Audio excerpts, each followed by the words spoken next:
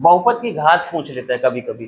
कोई बहुपद दिया है पी एक्स बराबर दे दिया गया 5x² माइनस 2x प्लस 7 ऐसे करके दे दिया गया। अब इसमें पूछ लेगा कि इस बहुपद की घात क्या है, पावर ऑफ पॉलिनोमियल, इसकी घात कितनी। तो हमको वेरिएबल ही देखना है, मतलब चर ही देखना है। अब इसमें चर क्या है, x, तो x की पावर देख लेना है।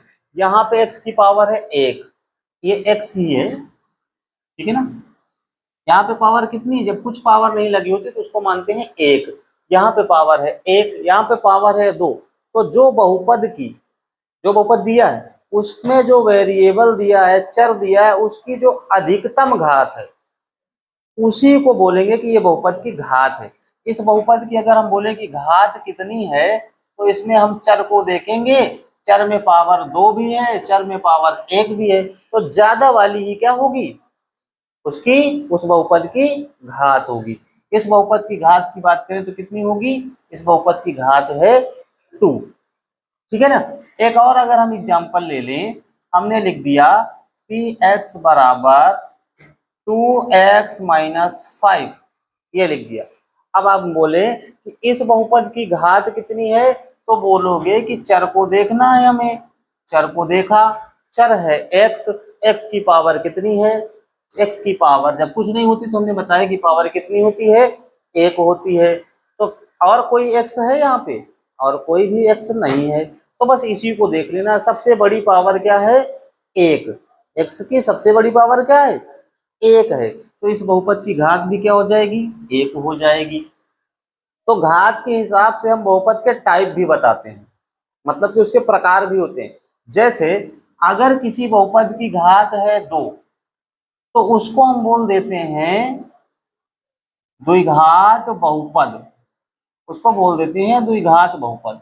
और अगर किसी बहुपद की घात है 1, तो उसको हम बोल देते हैं रैखिक बहुपद। उसको क्या बोलते हैं, उसको बोल देते हैं कि ये रैखिक बहुपद है। ऐसे ही अगर पावर हो जाएगी 3, तो उसको बोल देंगे त्रिघात बहुपद, ठीक है। हालांकि कक्षा 10 के सिलेबस में रैखिक बहुपद, द्विघात बहुपद और त्रिघात भी बहुपद दिया है। बाकी 4 घात 5 घात इसका सवाल नहीं आएगा कभी भी, ठीक है ना। तो बहुपद को घात के हिसाब से हम बांट सकते हैं। अगर घात होगी 1 तो उसको बोलेंगे रैखिक बहुपद, अगर घात उस बहुपद की होगी तो उस घात होगी 2 तो उसको बोलेंगे द्विघात बहुपद, और अगर बहुपद की घात होगी 3 तो उसको बोलेंगे त्रिघात बहुपद, ठीक है।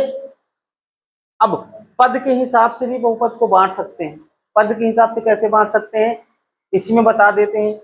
जैसे इस बहुपद में पद हैं 3, 5x², 2x प्लस 7, जो प्लस माइनस से जुड़े हुए हैं ना, उनको हम पद कहेंगे। जैसे ये माइनस से जुड़ा हुआ है, ये माइनस से जुड़ा हुआ 2x, यहाँ पे माइनस लगा है, यहाँ प्लस लगा है, तो यहाँ पे 3 पार्ट हो गए इसके, एक ये, एक ये, एक ये, तो इसको हम बोल देंगे त्रिपदी बहुपद। एग्जाम के दृष्टि से ये नहीं पूछता, टाइप वाइप नहीं पूछता, लेकिन फिर भी जानकारी होनी चाहिए। अगर पद है उसमें 3 तो उसको त्रिघात त्रिपद बहुपद बोलेंगे। अगर पद है 2, जैसे कि इसमें 2 ही पद है, इनको पद बिल्कुल ना समझ लेना। इंटू अगर लगा है तो उसको हम अलग अलग पद नहीं बोलेंगे, जितने में भी इंटू लगा है उसको एक ही पद हम मानते हैं। प्लस माइनस जहां पे लगा वहां से हम अलग अलग उसको करते हैं। इसमें सिर्फ 2 ही पद है ना, एक माइनस लगा है, माइनस के इधर एक पद हुआ, माइनस के उधर दूसरा पद हुआ, इसमें 2 पद है, तो इसको हम बोल देंगे द्विपद बहुपद। 2 पद का बहुपद है, दो द्विपदी बहुपद बोल देंगे, ठीक है। अब इसके बाद यहाँ पे बात आती है कि जो मानक रूप होता है, जैसे रैखिक, इसी में बता देते हैं आगे, ठीक है ना, आगे लिखा जा सकता है क्यों रैखिक जो बहुपद होता है उसका जो मानक रूप की हम अगर बात करें तो वो लिखा होगा कैसे, वो लिखा होगा a x प्लस b, ठीक है ना, क्योंकि वेरिएबल जो होगा वो है x, उसकी जो घात है वो होगी 1, तो इसको हम रैखिक बहुपद को इस टाइप से लिख सकते हैं कि ax प्लस बी, जहां a does not equal to zero, A zero भी नहीं होना चाहिए। अगर बताओ a जीरो हो गया तो ये वाला पूरा पद ही जीरो हो जाएगा। भाई जीरो का गुणा तुम किसी में करा दो, जीरो ही हो जाएगा। तो फिर यहाँ पे कोई वेरिएबल ही नहीं रह जाएगा, कोई चर ही नहीं रह जाएगा, ठीक है ना।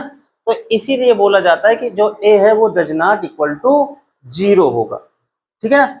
अब इसमें अगर बात करें तो जो a b या सी तो इसमें नहीं दिया, लेकिन अगर हम द्विघात बहुपद के मानक रूप की बात करें तो उसमें सी भी आ जाएगा। क्यों, कैसे? द्विघात बहुपद के अगर मानक रूप की बात करें तो ये होगा A X square plus B X plus C, और आगे ये भी लिखेंगे कि जो है A does not equal to zero, ठीक है ना। ए क्या होना चाहिए, वो जीरो नहीं होना चाहिए, ठीक है। ए जीरो अगर हो जाएगा तो बताओ ये वाला पद जीरो हो जाएगा, एक्स स्क्वायर वाला। तो फिर ये तो जीरो हो गया, तो बचेगा क्या, बी एक्स प्लस सी। और फिर इसमें जो चर है उसकी घात कितनी बचेगी, एक। तो उसको हम द्विघात तो नहीं कहेंगे, उसको क्या बोलेंगे, फिर वो रैखिक बहुपद हो जाएगा। तो द्विघात के लिए क्या जरूरी है, A X square plus B X plus C के टाइप का होगा, और ए जो है वो जीरो नहीं होना चाहिए। बाकी बी जीरो हो सकता है, सी जीरो हो सकता है, हम उसको द्विघात ही कहेंगे, क्योंकि एक्स की पावर तो दो रहेगी ही, है ना। तो इसलिए ये चीज समझना है, जहां पर जो एक्स एक्स स्क्वायर है उसका गुणांक होगा ए, ठीक है ना। और जो जो x है उसका गुणांक हो जाएगा b, जो c है वो किसी का गुणांक नहीं है, उसको हम बोलेंगे वो अचर पद है। भाई उसमें कोई चर ही नहीं है, वो बिना चर का लिखा हुआ है ना। जैसे यहाँ पे एग्जाम्पल भी हमने दिया है, अगर हम 7 की बात करें तो 7 में कोई x नहीं है ना कोई y, कोई वेरिएबल है ही नहीं, चर है ही नहीं, तो उसको हम बोलेंगे कि ये अचर पद है। इसको क्या बोलेंगे, ये शुद्ध अचर पद है ना। हाँ, जो a है जो b है, जैसे यहाँ पे हमने मानक रूप लिखा, अगर हम इसके हिसाब से इसकी बात करें इस बहुपद की, भाई ये द्विघात बहुपद है, मानक रूप हमने ये बताया। तो अगर हम बोलें कि a कितना होगा, तो एक्स स्क्वायर के साथ जो गुणे में है वो क्या होगा, वो होगा एक्स स्क्वायर का गुणांक। क्या है यहाँ पे एक्स स्क्वायर के साथ 5, तो एक्स स्क्वायर का गुणांक हम यहाँ पे ऊपर इन दोनों को मिला के ही लिख रहे हैं कि एक्स स्क्वायर का गुणांक क्या है, तो बोलोगे कि वो है भैया 5। ये हम किसकी बात कर रहे हैं, ये हम पहले वाले क्वेश्चन की बात कर रहे हैं, फर्स्ट की बात कर रहे हैं, फर्स्ट की। एक्स स्क्वायर का गुणांक क्या होगा, वो होगा 5। वहीं फर्स्ट पे अगर बोल दें कि भाई बताओ एक्स का गुणांक कितना है, तो एक्स का गुणांक हो जाएगा, एक्स के साथ गुणे में क्या है, माइनस का 2। ये चीज ध्यान रखना, चिन्ह भी लेना है, एक्स के साथ गुणे में क्या है, माइनस का 2। तो क्या हो जाएगा, इसका गुणांक क्या हो जाएगा, माइनस का 2 हो जाएगा।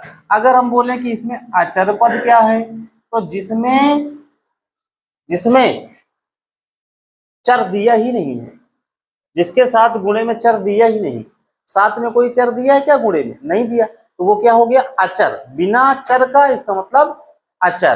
तो अचर पद क्या हुआ, वो हुआ 7, ठीक है ना। है बस समझ में, पहले की हम बात बता रहे थे। तो इस टाइप से लिखा होता है द्विघात बहुपद। हाँ, कभी ऐसा हो सकता है कि बी जीरो भी हो सकता है, सी जीरो भी हो सकता है, लेकिन द्विघात होने के लिए चर की घात 2 होना जरूरी है। हाँ, ये जो हमने यहाँ पे नहीं लिखा है, जिसको हम क्या बता रहे थे, चाहे ये बहुपद हो चाहे ये बहुपद हो, इसमें भी देखो ए है, बी भी है, सी भी है, यहाँ पे भी ए और बी है। तो जो ए बी या फिर जो सी लिखा है, ये क्या होना चाहिए, ये कोई भी वास्तविक संख्या हो सकती है, ठीक है ना। कोई भी यहाँ पे वास्तविक संख्या तुम रख सकते हो। ए बी सी क्या होगी, कोई भी वास्तविक संख्या,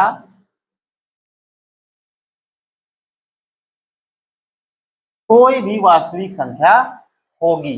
ए बी सी क्या होगी, कोई भी वास्तविक संख्या होगी। वास्तविक संख्या भी हमने बता रखा है ना, संख्याओं के बारे में हमने सारी जानकारी किसमें बताई है, जो क्वेश्चन नंबर लेक्चर नंबर 1 था, एक्सरसाइज 1.1 का जब शुरू किए थे तब हमने सारी संख्याओं के बारे में बताया था। तो ए बी सी कोई भी वास्तविक संख्या हो सकती है। तो ये सारी जानकारी हमने सिर्फ अभी क्या बताया कि बहुपद किसको कहेंगे, किसको बहुपद नहीं कहेंगे, ये भी ध्यान रखना है। और बहुपद की घात क्या होगी, किसको हम रैखिक बहुपद कहेंगे, किसको हम द्विघात बहुपद कहेंगे, गुणांक क्या होता है, अगर द्विघात बहुपद है तो उसमें एक्स स्क्वायर का भी गुणांक होगा, जरूरी है, क्योंकि पावर उसमें एक्स की 2 होगी ही होगी, तभी तो उसको हम द्विघात कहेंगे। अगर पावर 2 नहीं है एक्स की तो उसको हम द्विघात कहेंगे ही नहीं। तो उसको गुणांक में ध्यान रखना है, एक्स स्क्वायर का गुणांक पूछे तो ध्यान रख लो एक्स स्क्वायर के साथ जो भी गुणे में है चिन्ह सहित वो उसका गुणांक होगा।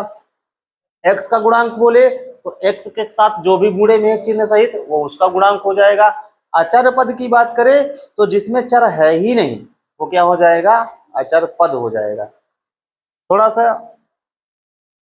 वीडियो लंबी भी हो रही होगी, है ना, तो इसलिए क्या करते हैं, बाकी चीज हम लोग नेक्स्ट क्लास में देखते हैं। हमने सिर्फ अभी बिल्कुल बेसिक चीज बताई है, क्या कि बहुपद किसको कहेंगे किसको नहीं कहेंगे, बहुपद की घात क्या होगी और गुणांक क्या होगा। अब इसमें कई सारी चीजें और भी हैं, ठीक है ना, शून्यक क्या होता है, बहुपद के शून्यक और उसके गुणांक में संबंध क्या होता है ये भी बताएंगे, है ना। तो नेक्स्ट क्लास में बताते हैं। इतना आप लोगों को समझ में अगर आया है तो वीडियो को क्या करना है, लाइक करना है, चैनल को सब्सक्राइब करना है और दोस्तों को अपने शेयर भी करना है। मिलते हैं नेक्स्ट क्लास में ना, ठीक है, धन्यवाद।